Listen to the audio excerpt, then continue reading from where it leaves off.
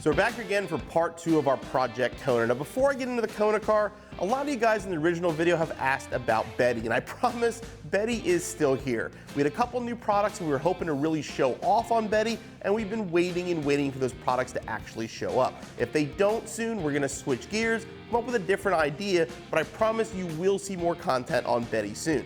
Now back to the 69 here. Now if you guys are familiar with our Project 5030, we built that for SEMA in 2014. This car will be a build very similar to that style. So if you're looking for originality and all that, you've come to the wrong place. Kona is gonna be a Restomod. So under the hood is gonna be a Gen 2 Coyote motor. Now a couple people ask, why not a Gen 3? Well, this project actually started back in 2017. That's when the parts were originally ordered. Well, back then there was no Gen 3. The Gen 2 was the latest engine, so that's what was ordered and that's what's gonna go under the hood. Backing it will be a Tremec TKO transmission through an aluminum drive shaft to a Curry 9-inch rear.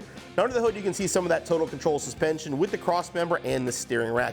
Now we went with the shaved shock towers. With the Coyote you actually can trim the shock towers, but the shaved look gives it a much cleaner look, and again we painted the engine bay body color for more of that Restomod look.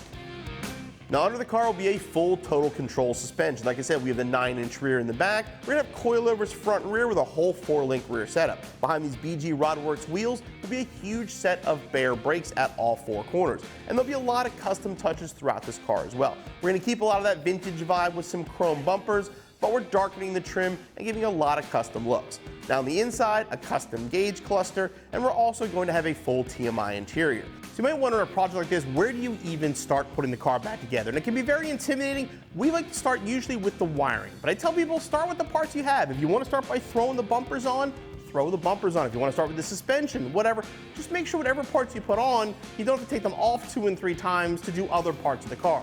Wiring is always a great place to start because basically everything has to come after it. You plug in everything when you're done, the interior goes over it, and it all gets hidden. So next time out, we're probably going to start with the wiring and some trim, so definitely keep it here for more updates on Project Kona.